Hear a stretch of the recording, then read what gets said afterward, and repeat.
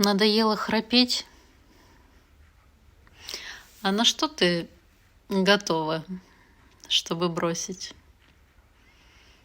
Скажи себе честно, и если готова хоть на что-то, то давай начнем этот путь. Он достаточно простой.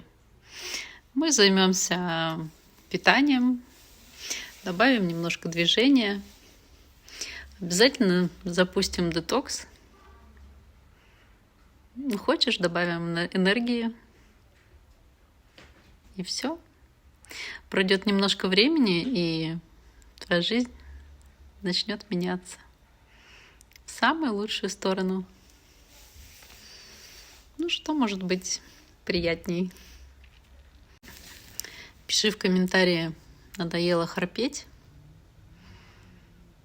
а лучше в личку.